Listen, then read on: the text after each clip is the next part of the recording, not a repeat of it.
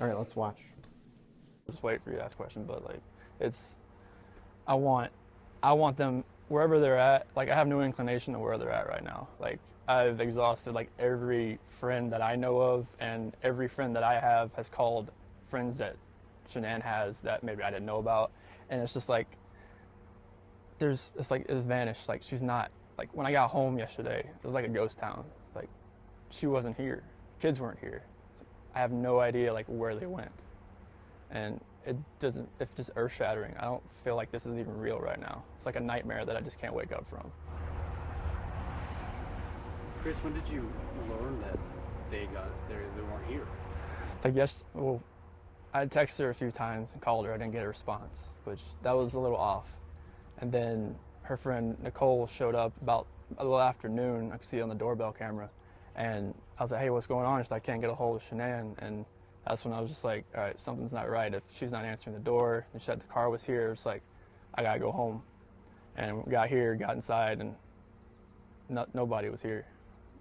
Nothing. So at this point, this interview was done before he allegedly confessed to these murders. Is that right? Right. So the way this all worked out, the missing persons report comes in, this interview happens, and then the next day, the police announce at night that they've made an arrest. Right. We don't know. I mean, our sources have told us that there's a confession, but police haven't said that officially yet. Yeah, we haven't heard that from the police, and it seems like there was some conflicting information, like maybe he hadn't confessed to the police, but had told friends and family, and then friends and family may have come to the police. So it's a little bit confusing about how the police officers figured out that he should be arrested, but. And we have to assume that everyone is innocent unless they're proven guilty in a court of law. But let's also assume for a minute here that he actually did it and he did confess to it, and then later on has led the police to the bodies where he hid the bodies.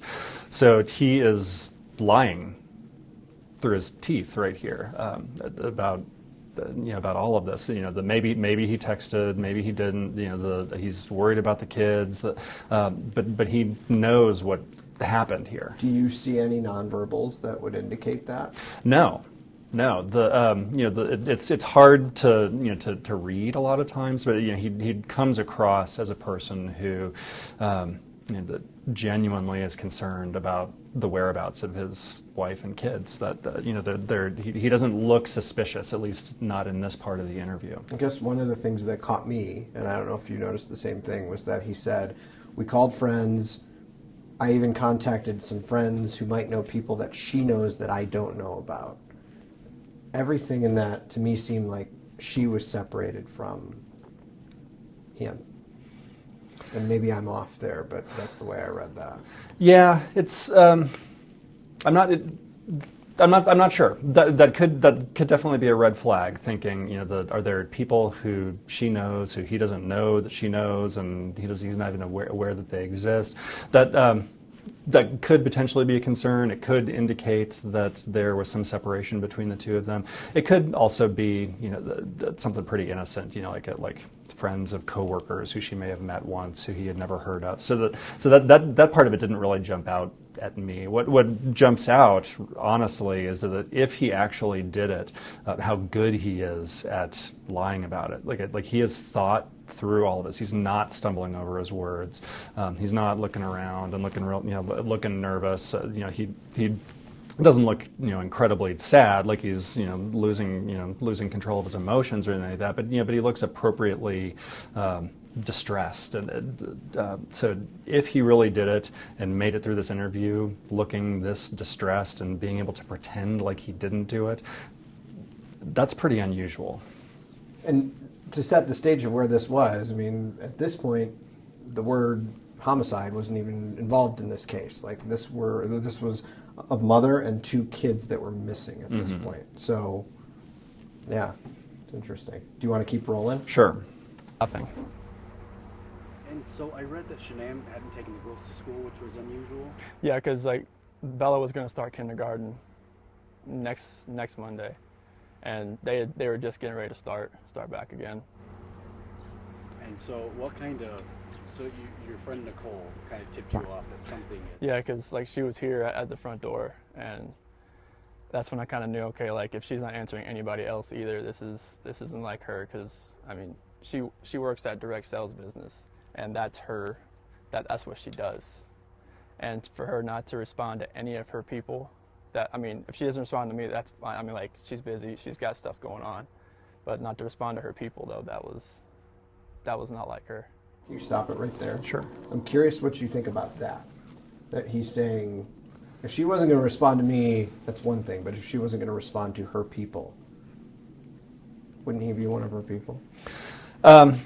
Again, I'm not so sure about that. Like because it's not necessarily that uncommon for for a husband and wife to maybe ignore a text message that you get from your significant other in the middle of the day because you're really busy.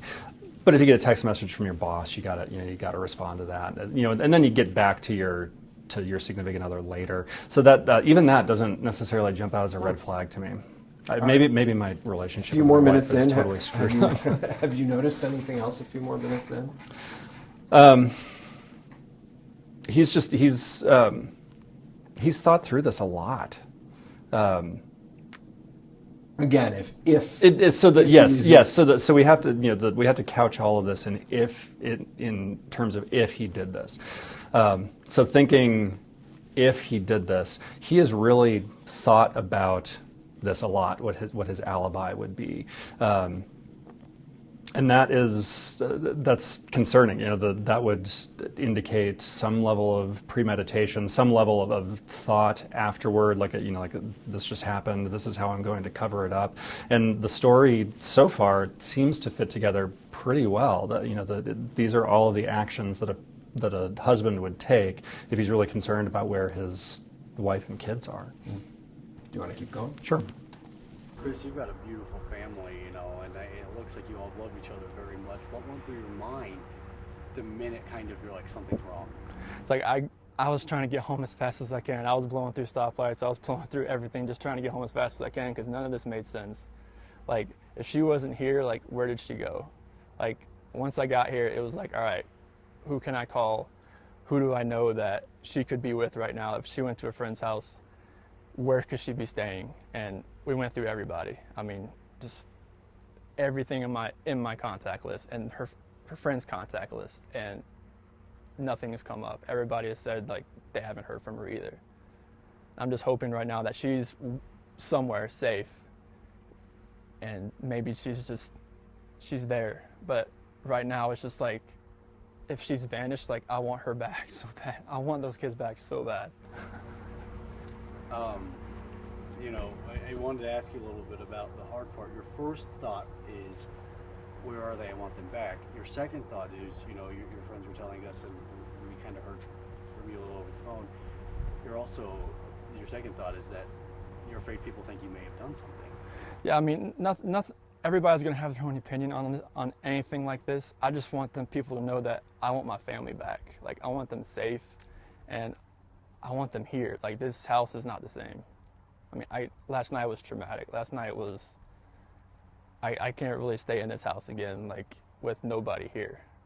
And last night I wanted that knock on the door. I wanted to see this kid just run in, just barrel rush me and just give me a hug and knock me on the ground. But that didn't happen. So he was just asked, you're going through this traumatic ordeal, and people may start thinking you did it. And what is your response to that? And his response was basically, the people can think whatever they want. I just want my wife and kids back. It's so hard to be in this house without them. So again, couching this in terms of if he actually did it, and then he's asked that question. I mean, he nailed that answer. That is the kind of answer that somebody would give who isn't guilty. I'm not sure how it's possible, honestly, to pull that off. That would be really difficult to do if you're having to think through all of that on your feet as you're being asked questions in real time, and to make it feel that believable. That's very difficult to do. Most people can't pull that off very well. Maybe this is a good point to ask you that, again, couching it. Because I feel like we need to keep doing that. Yes, yeah. He is accused of this crime, hasn't been convicted of it. But if he did indeed do it, what would inspire somebody in that position to say, you know what, I am going to talk to the media? Because that is very strange to me. That Yes. if you did something like this, that you would say, sure, I'll do an interview. Because you don't know if you can control yourself. Yeah, and I don't know the answer to that question. I agree with you that seems really strange, very risky. That if I did it, sure, I'll talk to the police. I'll talk to to 9 News. I'll talk to the media. It is tough to pull that off in a way that he is doing. If you actually did it, it's a huge risk. Because we've seen it before. Like Travis Forbes talked to us after the Kenya Monhe incident. We've seen in other cases where people come forward and say, yeah, was it Dylan Redwine's father was another one who would talk to the media all the time. Scott Peterson was talking to the media all the time. That was years ago, not here. So it does happen. And is there a thought that might throw someone off the scent? That's got to be part of the thinking. That if I can pull this off and sound like the grieving widow or the grieving parent, that then I am a victim in this crime as well, as opposed to one of the prime suspects.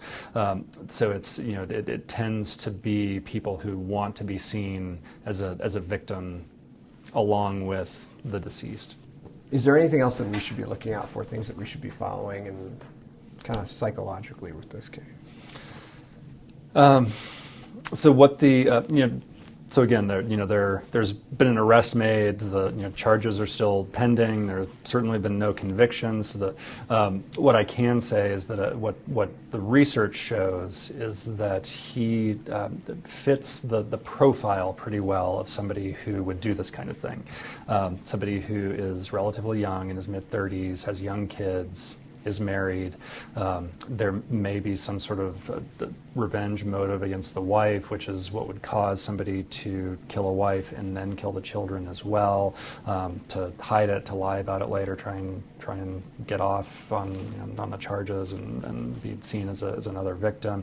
So that all of that fits. Now, lots of people fit that criteria, fit that profile, and the vast majority of people don't end up murdering their wives and kids. So there has to be something else going on that we don't know about yet.